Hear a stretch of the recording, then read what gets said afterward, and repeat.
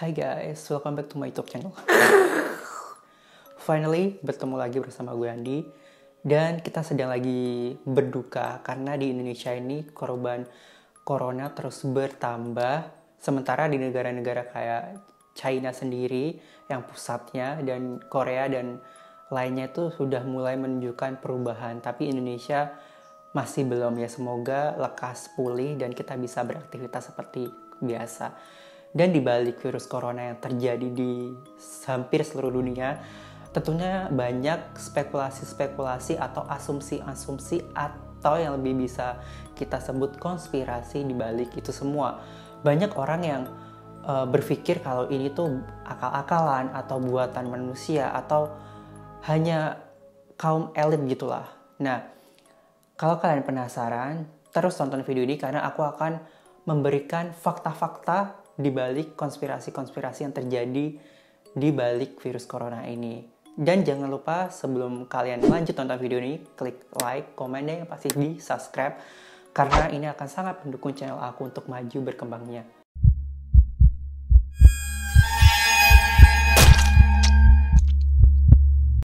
Nah, yang pertama ada kartun The Simpsons. Pasti kalian semua udah pernah denger lah tentang teori konspirasi di balik kartun The Simpsons ini.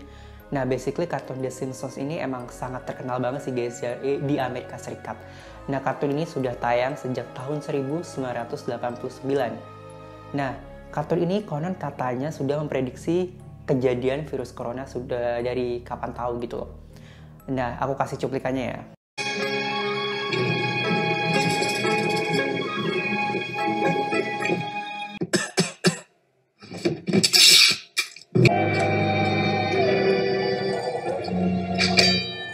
The dreaded Osaka flu has hit Springfield with over 300 cases now reported.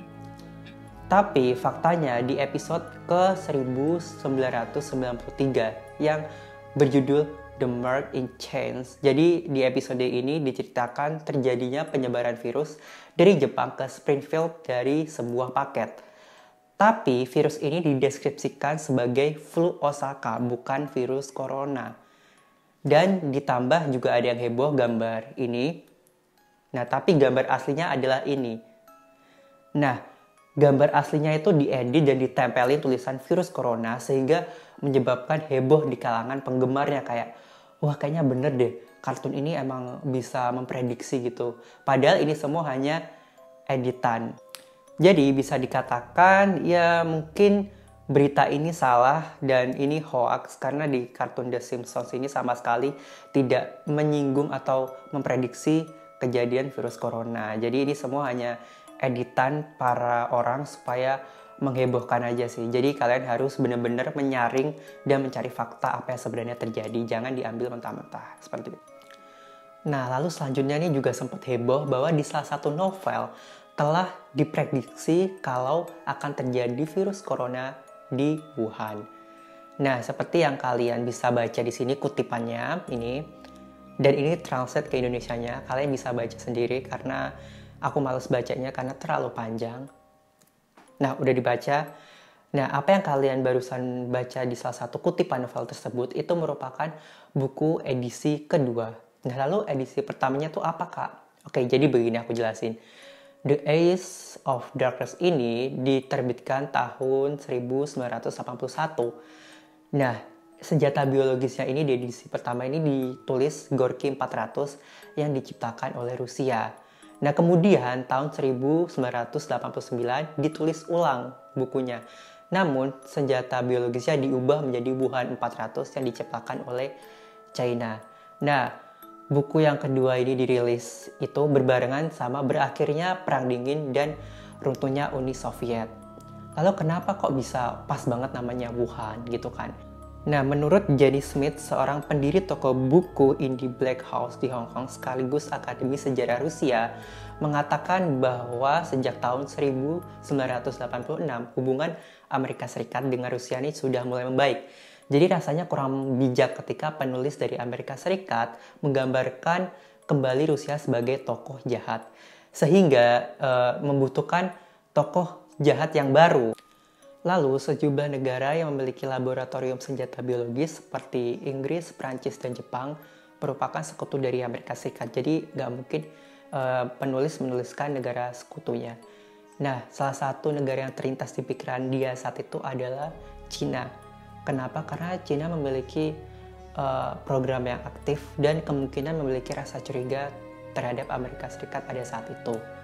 So basically buku tersebut kesamaannya cuma sama-sama di Wuhan doang untuk masalah kayak penyakitnya, proses inkubasi, terus gejalanya dan semuanya itu salah, nggak sesuai dengan apa yang terjadi saat ini. Jadi cuma kesamaan Wuhan aja, makanya semua pada heboh, padahal apa yang diberitakan itu salah sih.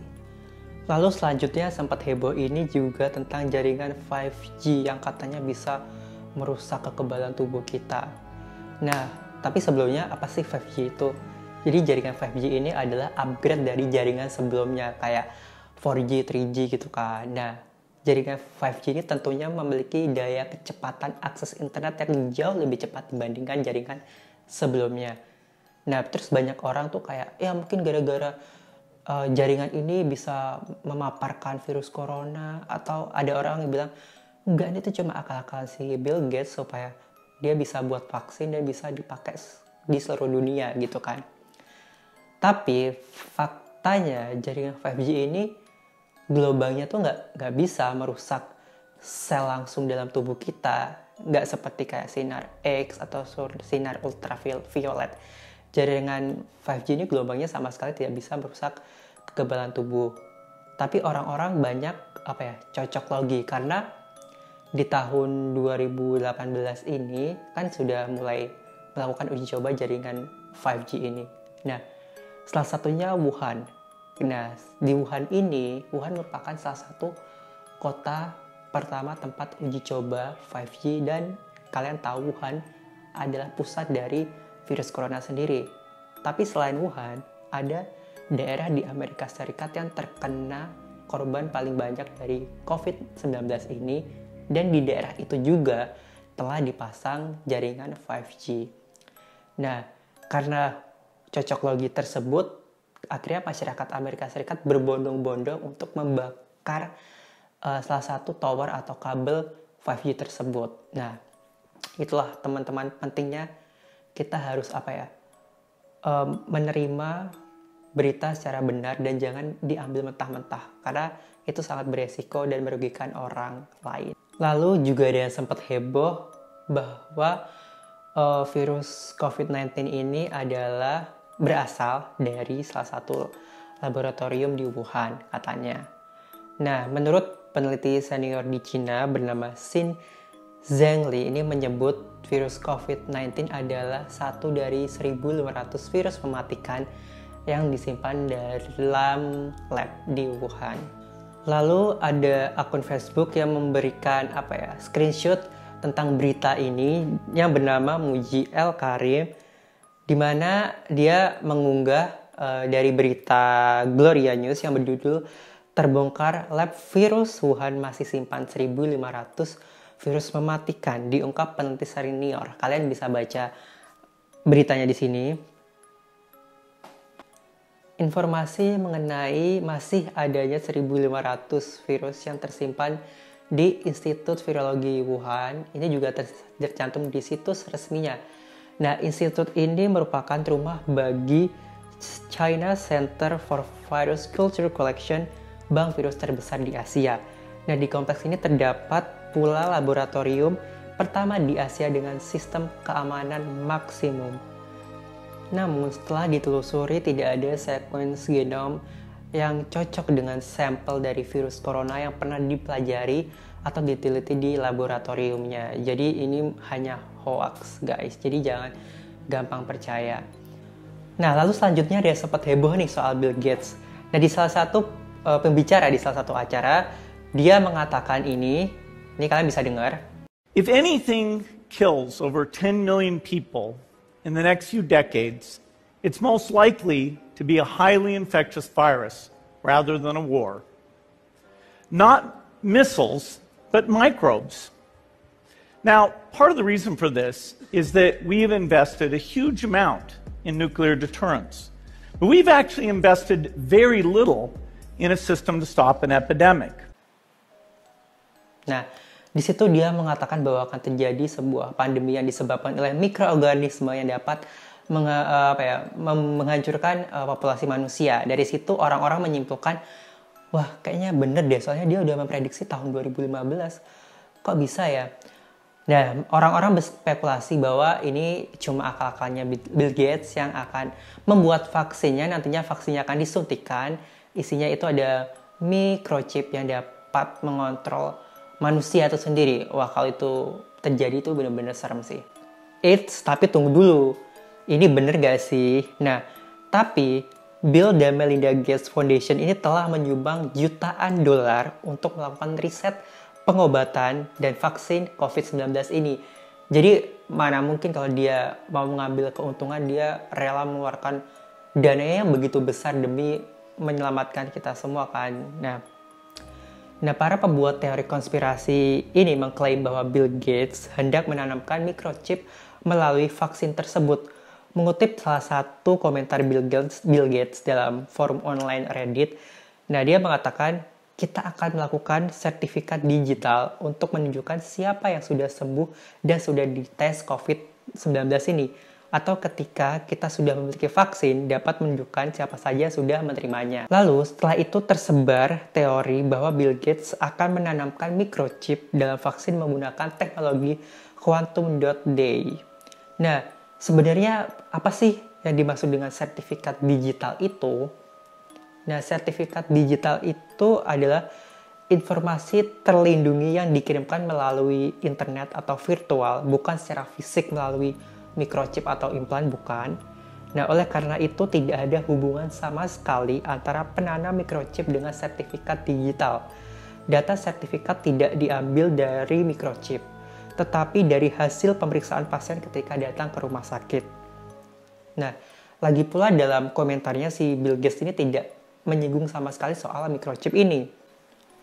Lalu gimana dong soal quantum dot day ini yang diduga bisa diimplan sebagai microchip melalui vaksin COVID-19 ini?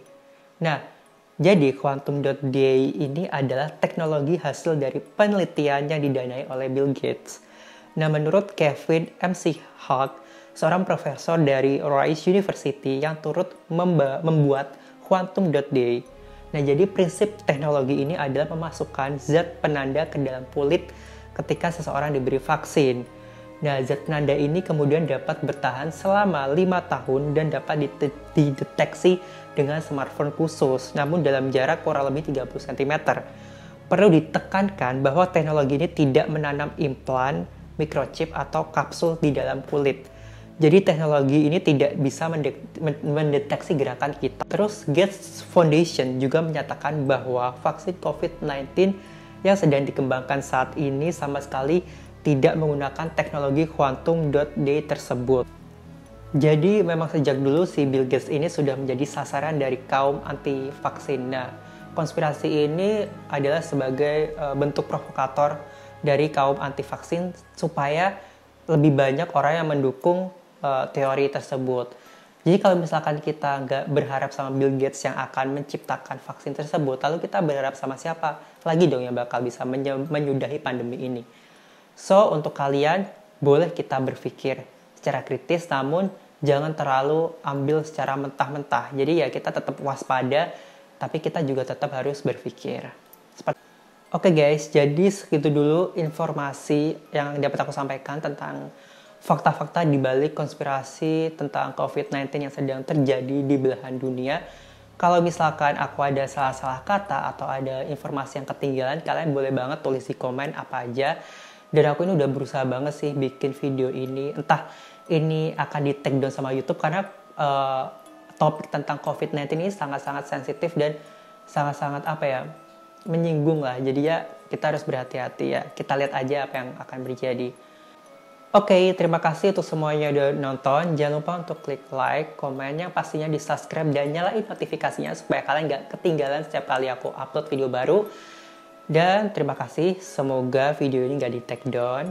Oke, komen yang banyak. And I'll see you in the next video selanjutnya ya. Bye.